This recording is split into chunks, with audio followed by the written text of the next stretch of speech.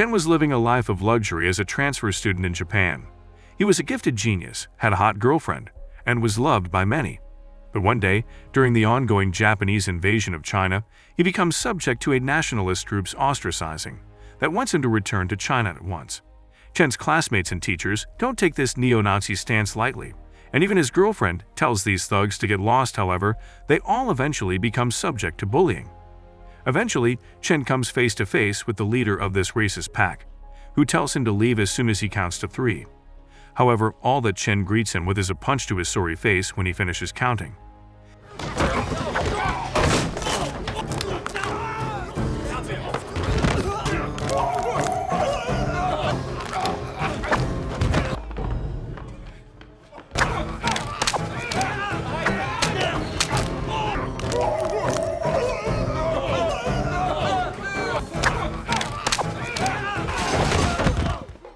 Once all of them are down and crawling away like losers, the mentor of this dojo arrives and reprimands them for being so reckless.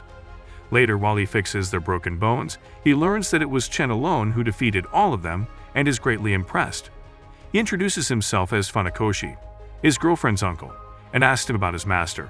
Chen reveals it was the legendary Hu from China, only to learn from Funakoshi that he has died just recently after losing a match against a Japanese samurai named Akutagawa. Chen is so shocked to learn this that he immediately decides to return to China and look into this matter himself. His girlfriend, Mitsuko, wants to accompany him but cannot do so since she is Japanese, but she promises to reunite with him as soon as he returns to Japan. With this, Chen takes off on a ship. When he arrives in China, he is pestered by poor children for money, only to be rescued by a happy-go-lucky rickshaw driver. Upon learning that he wants to visit Jingwu, Chen's kung fu school, he warns him to find a new place to learn martial arts, since this one has ended up in a gutter since the death of its master. When they arrive at the school, a student greets Chen and the driver realizes how stupid he has been to warn the strongest samurai of Jingwu about its downgrading reputation. Chen walks in on an ongoing argument between a middle-aged jock and the school's new master, Tinjin, Hu's son. The new master suggests they settle their debate with a fight, and the other kung fu master takes the challenge head-on.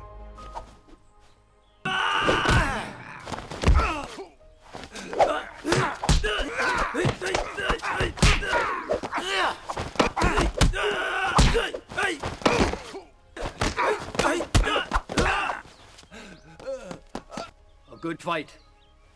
Thank you, sir. With the loser out of the picture, Tinjin greets Chen and feels furious after learning that he found out about his father's death in a Japanese newspaper. Either way, he accompanies him to pay his respects to the late master, and even allows him to wear their family mourning band, citing that Chen was basically his son, despite his uncle's concerns. While mourning, Chen smashes the symbol of acceptance in the shrine and swears revenge upon the one responsible for his master's death. As soon as he rushes out, Tinjin's uncle contacts the Chinese police for assistance, and even sends 2 of his students to help him fight the horde of wolves that awaits him on the other side. I am Chen Zan. Where is Akutagawa? Take your Chinese shoes and get out of here! I'm not going anywhere.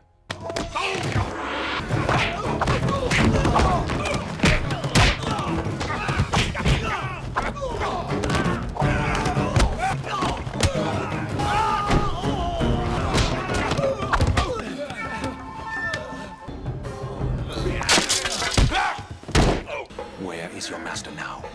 Speak of the devil, the culprit arrives right then and challenges Chen to a fair and open fight. Chen accepts the challenge, and as soon as the fight begins,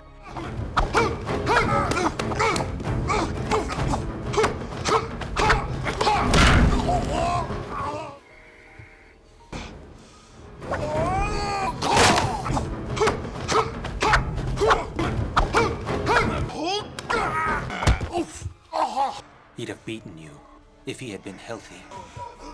as the enraged Japanese students barely help Akutagawa stand, Chen states who wouldn't have lost to a loser like him if he were healthy. After this historical execution of revenge, Chen is greeted outside the dojo by his friends and the Chinese police, only for their celebration to be spoiled by the Japanese militant Fujita, who arrives just in time. This guy is an alumnus of this dojo, and after glaring at Chen, walks into it. Soon after this, Chen heads to the graveyard and exhumes his late master's grave with the help of the police, since he suspects some foul play behind his sus death. Tinjin and his uncle are both reluctant to let him do it, but he eventually convinces them to let him find the truth. True to his suspicion, the doctor finds that the old man was indeed poisoned, and Jingwu starts to believe it was the work of the Japanese. Tinjin's uncle, however, suspects that it's more likely to be an insider since his late brother never left their dojo, and even goes as far as to suspect their food. However, their family cook throws a tantrum upon hearing this, making Chen step in and deduce that all of them would have died if that were the case, since they'd eat the same thing. From that onward, Chen becomes the dojo's favorite, and everyone begins to ignore Tinjin. He even teaches them kung fu moves and fixes their faults. However, this gets on Tinjin's nerves, and he hides away with his jealous little ass at a nearby brothel, and begins a secret love affair with one of its workers. Meanwhile, a stoned Akutagawa crashes a meeting between Fujita and the Japanese ambassador, and after learning that Hu was indeed poisoned, he blames Fujita for it. Fujita states that he had to take the necessary measures to counter the Chinese uprising, and since he couldn't depend on a wimp like him to exterminate Hu, he had to do it himself. This doesn't sit right with Akutagawa's samurai morals, but as soon as he protests, Fujita snaps his back in two, shutting his trap forever. Meanwhile, Tinjin's uncle finally has a heart-to-heart conversation with Chen in which he makes him realize how shitty Tinjin has been feeling lately, because he has been stealing all his students away. To prevent this from happening, Chen leaves the dojo early in the morning to run an errand, only to realize he has become a local celebrity. On the other hand, Fujita frames Akutagawa's death on Chen, and his entire dojo grabs their weapons and heads to Jingwu.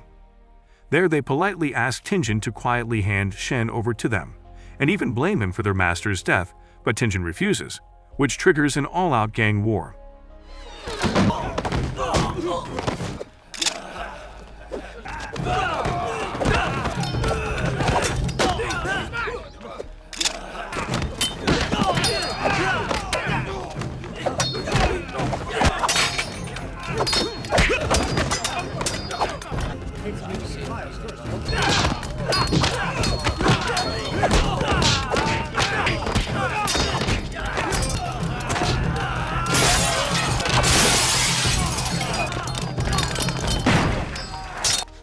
Sabers. The chief orders the samurais to return home, but they refuse to do so without taking Chen. The leader's racist ass even cusses the chief, but he soon teaches him a lesson by pointing a gun to his neck.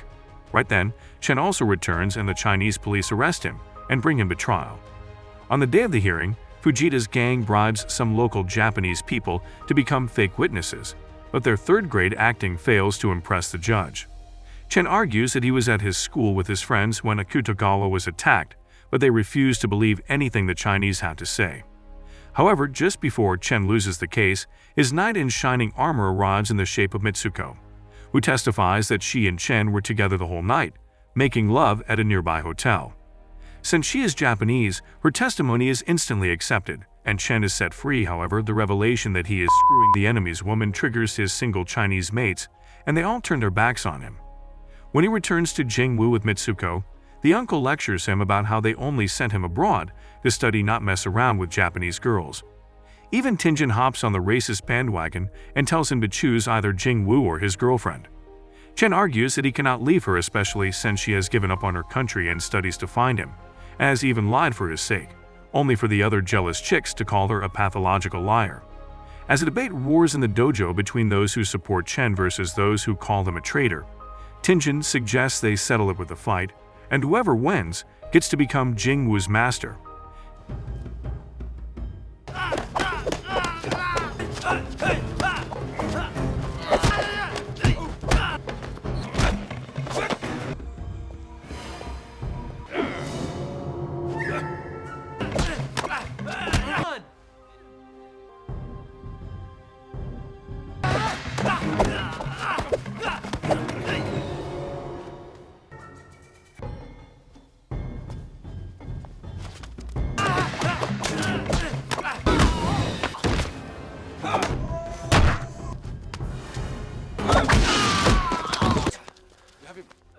As his underlings all rush to his side, Tinjin tells Chen to take the dojo, only for him to turn it down and state that he won't leave Mitsuko. After bidding farewell to his master, Chen leaves Jingwu with Mitsuko, while Tinjin's traumatized ass stares at him in disbelief. Later, the couple heads to a few motels to rent a room, but they all refuse to accommodate a Japanese person. Eventually, they settle in a rundown hut near Master Hu's grave, and Chen believes that after cutting ties with his Jingwu family, he will now be starting over. Mitsuko believes he can't go on without his family, and Chen struggles to deny it. On the other hand, Tinjin goes missing, and while his uncle and the rest of the dojo are worried about both him and the incoming threats from the Japanese, the samurai group visits them with a fighting challenge for Tinjin from Master Funakoshi, Mitsuko's uncle. Now, since Funakoshi is the greatest known Japanese martial artist, another debate stirs at Jingwu about whether Tinjin should face this challenge, or Chen, who fairly defeated him. Tinjin's uncle dismisses this argument and sends out some men to look for his nephew. Meanwhile, the head chef meets up with one of the students and asks him about the money he was promised, in exchange for poisoning Ho. The student asks him to be patient, but he is worried he might get discovered. He also complains about not being told that the herb he was adding to his meals would result in Hu's death. However, these reigniting morals only make things worse, and the student strangulates him. After he is discovered hanging from the kitchen ceiling, police are called and discover that Hu's asthma medicine was poisoned. They deduce that it was the head chef's doing and decide to investigate the case despite the uncle's reluctance to make the news public and threaten Jingwu's reputation. Just as the policemen leave, the girl Tinjin has been hooking up with shows up at the dojo and takes his uncle to the brothel. At the brothel, he finds a wasted Tinjin getting his ass whooped and saves him just in time. Once Tinjin sobers up, his uncle tells him about the challenge from Funakoshi, and after whining about Chen for a bit, Tinjin agrees to fight. He further declares that Jingwu is his home, and that he'll be coming back. His uncle is touched to hear this and before leaving, asks him to buy the hooker on his way out and bring her to the dojo as his woman. Later, as the new girl adjusts to the new place and Tinjin's uncle showers her with compliments, one of the other ladies calls him out on his bullshit and mentions how he could have treated Mitsuko half as kindly too. The old man whines about her being Japanese and all and dismisses her claim. The following day, Tinjin beats up a wooden dummy, since that's the only samurai he can be for now, and gears up to face the legendary Funakoshi. However, when he spars with one of his students, he fails to hold his ground, making the others wonder if he can even put up a fight anymore. Meanwhile, Funakoshi arrives in China, and when Fujita tells him he'll fight Tinjin tomorrow, he tells him to shut his trap and never boss him around again. The following day, he sends a fighting invitation to Chen, which he immediately accepts.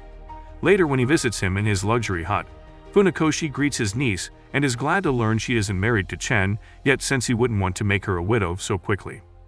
Hearing this, Chen reassures him he'll send his ashes back to Japan if the tables were to turn, but Funakoshi mocks his confidence.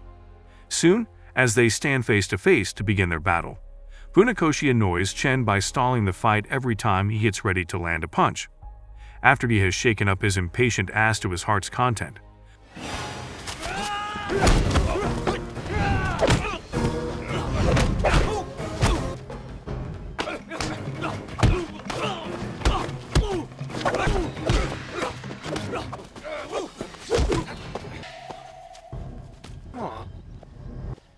suddenly the wind starts blowing and Funakoshi has trouble keeping his eyes open, making Chen suggest they both wear blindfolds for the next round.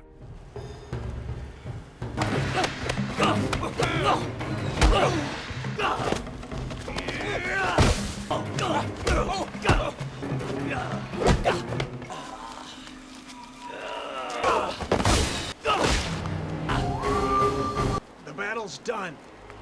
Funakoshi is rather impressed with Chen's skills and predicts he is the next big thing. Chen asks him how he could mimic his fighting style so well, and he explains how he can do it too by observation and adaptation.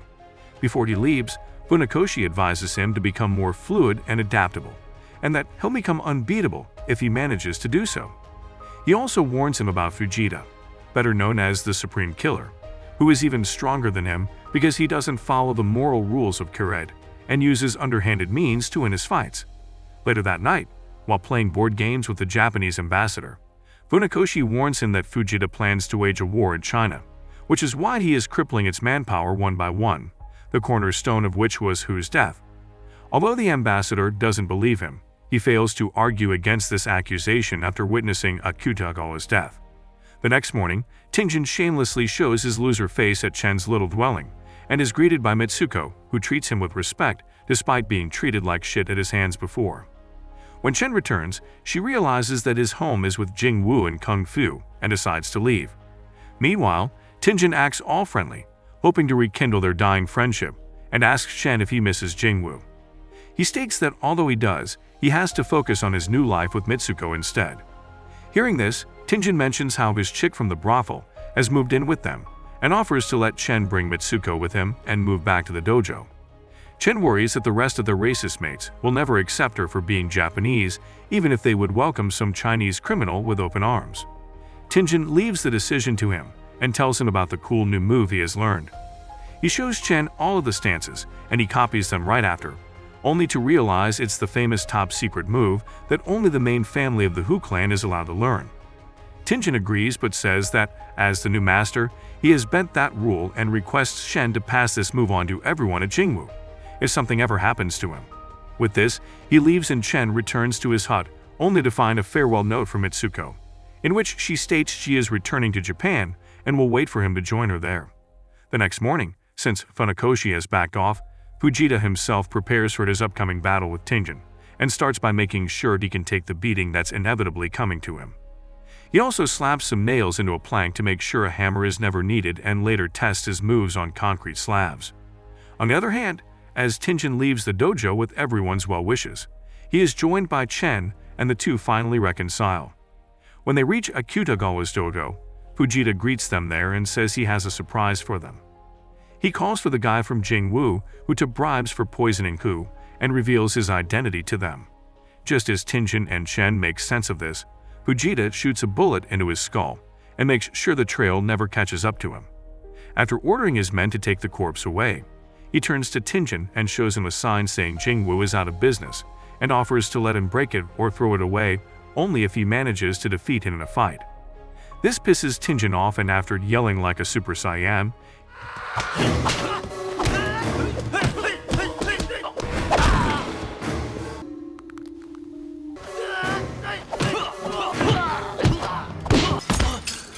Fujita mocks him by throwing the banner at him, but Chen steps in and breaks it in two.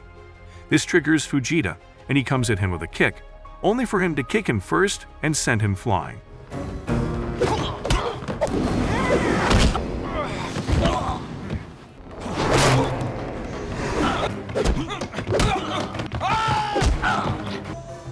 Learn to be fluid, to adapt. You will be unbeatable.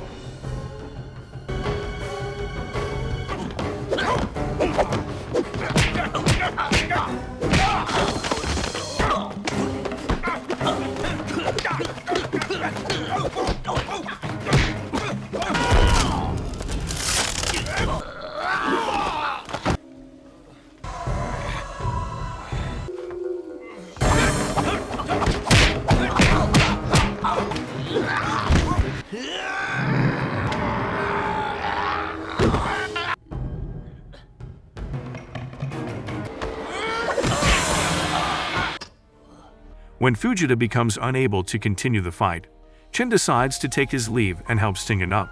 Meanwhile, the nasty militant finds a katana right next to him and attacks Chen from behind just as he is walking away with Tenjin, only for the latter to get in the way.